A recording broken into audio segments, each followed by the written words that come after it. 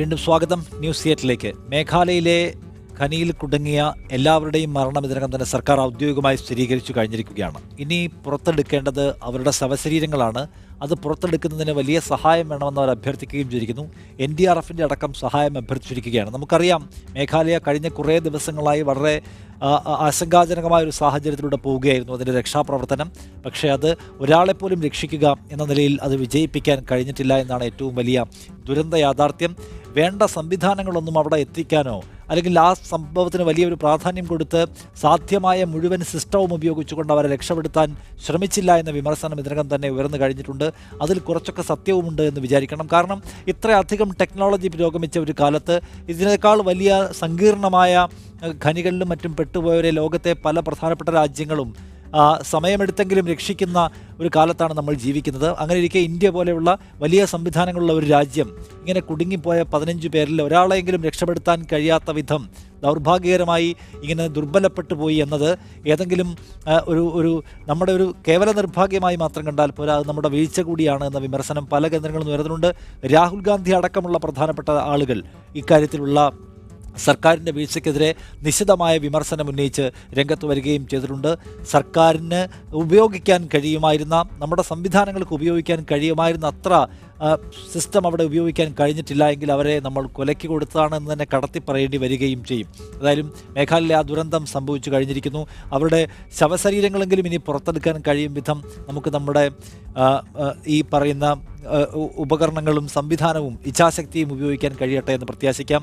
ഇത് പറയുമ്പോൾ തന്നെ അവിടെ ഉണ്ടാകുന്ന ദുരന്തത്തിൻ്റെ ഒരു പശ്ചാത്തലം കൂടി പരിശോധിക്കപ്പെടണം. അവിടെയുള്ള ക്വാറികൾ, ഖനികൾ പലതും അനധികൃതമായി പ്രവർത്തിക്കുന്നവയാണ്. അതിനൊന്നും വേണ്ടത്ര മോണിറ്ററിങ്ങോ അല്ലെങ്കിൽ അവിടെ വേണ്ടത്ര സുരക്ഷാ സംവിധാനങ്ങളെക്കുറിച്ചുള്ള പരിശോധനയോ നിഷ്കർഷയോ ഒന്നും ഉണ്ടാവുന്നില്ല എന്ന പ്രശ്നം കൂടി ഇനിയെങ്കിലും അഡ്രസ്സ് ചെയ്യേണ്ട ഒരു പ്രശ്നമാണ്. റഷീദുദ്ദീൻ ഞങ്ങളുടെ പ്രതിനിധി അവിടെ നിന്ന് തയ്യാറാക്കിയ ഒരു റിപ്പോർട്ട് കാണാം, എന്താണ് മേഘാലയയിൽ സംഭവിച്ചതെന്ന്.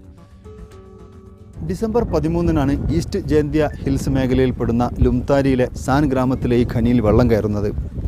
വെള്ളം കയറുന്നുണ്ട് എന്ന് മനസ്സിലാക്കി രക്ഷപ്പെടാൻ കഴിഞ്ഞ ഒരേ ഒരാൾ, അതായത് സാഹിബ് അലി പുറത്തെത്തി പുറം ലോകത്തോട് കാര്യങ്ങൾ പറഞ്ഞതിന് ശേഷമാണ് ഇക്കാര്യം മാധ്യമങ്ങളുടെയും അതുപോലെ ജില്ലാ ഭരണകൂടത്തിൻ്റെയും ശ്രദ്ധയിൽ വരുന്നത്.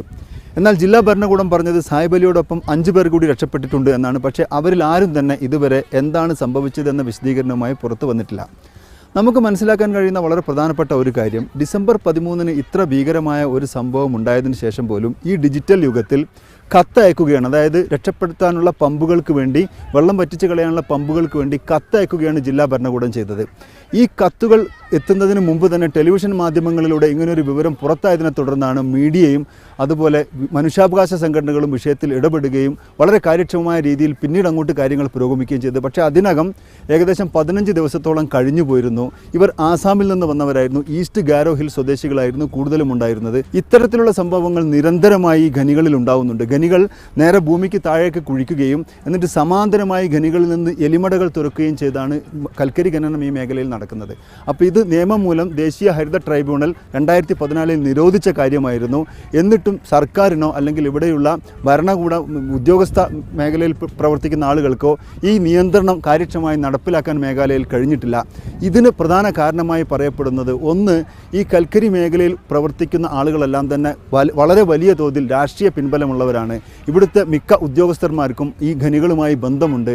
അവരിൽ നിന്നുള്ള കിമ്പളമോ അല്ലെങ്കിൽ മറ്റു നിലയിലുള്ള വരുമാനമോ ഇവർ പറ്റുന്നുണ്ട് എന്നാണ് നമുക്ക് മനസ്സിലാക്കാൻ കഴിയുന്നത്. അതുകൊണ്ട് തന്നെ രാഷ്ട്രീയ നേതാക്കളുടെ ഈ ഒരു പിന്നിലുള്ള അല്ലെങ്കിൽ രാഷ്ട്രീയ നേതാക്കളുടെ സമ്മർദ്ദം മൂലം ഇക്കാര്യത്തിൽ ഇടപെടാൻ ഈ പ്രദേശത്തെ ഗവൺമെൻറ്റുകളോ പ്രാദേശിക ഭരണകൂടങ്ങളോ തയ്യാറായിട്ടില്ല.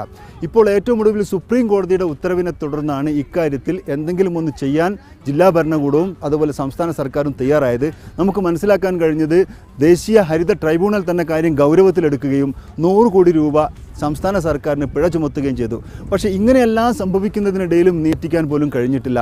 അല്ലെങ്കിൽ എന്താണ് ആ പ്രദേശത്തിൻ്റെ ഭൂമിശാസ്ത്രപരമായ ഘടന, അതിൽ എങ്ങനെയാണ് ഈ എലിമടകൾക്കകത്തേക്ക് കയറി പറ്റാൻ കഴിയുക, ഈ വിഷയത്തെക്കുറിച്ചൊക്കെ പൂർണ്ണരായും അജ്ഞരായി ഇരുട്ടിൽ തപ്പുന്ന ദേശീയ സുരക്ഷാ നിവാരണ സേനാ അംഗങ്ങളും അതുപോലെ ഒറീസയിൽ നിന്നെത്തിയ ഫയർഫോഴ്സ് അംഗങ്ങളും കോൾ ഇന്ത്യ ലിമിറ്റഡിൻ്റെ ഉദ്യോഗസ്ഥരുമൊക്കെയാണ് നമുക്ക് ആ പ്രദേശത്ത് കാണാൻ കഴിയുന്നത്.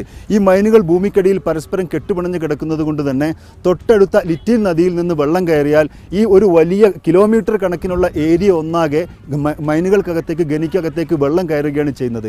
ഇത് നേരത്തെ മനസ്സിലാക്കാൻ കഴിയുന്ന ഖനി ഉടമകൾ പലപ്പോഴും ഒരാഴ്ച ഖനനം നിർത്തിവെച്ച് എല്ലാവരുടെയും ഖനികളിൽ നിന്ന് കൂട്ടത്തോടുകൂടി വെള്ളം പുറത്തേക്ക് പമ്പ് ചെയ്ത് കളഞ്ഞാണ് ഇത് ഒഴിവാക്കുന്നത്.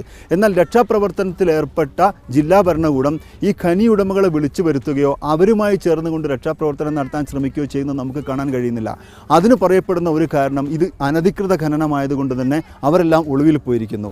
ഈ ഖനിക്കകത്ത് ഉൾപ്പെട്ട മനുഷ്യരുടെ കാര്യമാണ് അതിലേറെ ദയനീയം. കാരണം അവർ പലപ്പോഴും ആസാമിൽ നിന്ന് വരുന്നവരാണ്. ആസാമിൽ നിന്ന് ഇത്ര അപകടകരമായ ഈ ഒരു ജോലിക്ക് വരാനുള്ള കാരണം 1500 രൂപ മുതൽ 2000 രൂപ വരെക്ക് പ്രതിദിനം പ്രതിഫലമുണ്ട്. അപ്പോൾ അത് മോഹിച്ച് ആസാമിലെ ഗ്രാമങ്ങളിൽ നിന്ന് വരുന്നവരായതുകൊണ്ട് തന്നെ ഇവർ ഒരു കണക്കിന് ബംഗ്ലാദേശികളായോ അല്ലെങ്കിൽ നുഴഞ്ഞുകയറ്റക്കാരായോ ഇവരെ ചിത്രീകരിക്കാൻ എളുപ്പമുണ്ടായിരുന്നു. ഇത്തരത്തിൽ അപകടത്തിൽപ്പെടുന്ന ഒരു കേസ് പോലും മുൻകാലങ്ങളിൽ കാര്യക്ഷമമായി അന്വേഷിക്കുകയോ അല്ലെങ്കിൽ ഖനി ഉടമകൾക്കെതിരെ കേസെടുക്കുകയോ ചെയ്തിട്ടില്ല. തായ്ലൻഡിലെ ഒരു ഗുഹയിൽ കുടുങ്ങിയ കൗമാര ഫുട്ബോൾ ടീമിന് വേണ്ടി ലോകം കാത്തിരുന്നത് പോലെ ലുംതാരിയിൽ ഒരു കുടുംബാംഗത്തെ പോലും അല്ലെങ്കിൽ ഒരു മാധ്യമ പ്രവർത്തകനെ പോലും നമുക്ക് ആ പരിസരത്ത് കാണാൻ കഴിയുന്നില്ല എന്നതാണ് ഏറ്റവും ഖേദകരമായ ഒരു കാര്യം.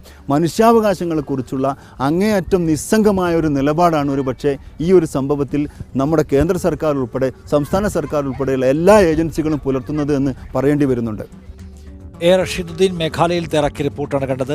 മനുഷ്യാവകാശങ്ങളെക്കുറിച്ചുള്ള അങ്ങേയറ്റം നിസ്സാരവൽക്കരിക്കുന്ന സമീപനം, അങ്ങേയറ്റം നിസ്സംഗമായ സമീപനം, അതിൻ്റെ ഇരകളാണ് ഈ കൊല്ലപ്പെട്ട ഈ ഖനിയിൽ ഒടുങ്ങിപ്പോയ ജീവനുകൾ എന്ന് നിസ്സംശയം പറയാൻ കഴിയുമെന്നാണ് റഷീദുദ്ദീൻ ചൂണ്ടിക്കാണിക്കുന്ന പ്രധാനപ്പെട്ട കാര്യം.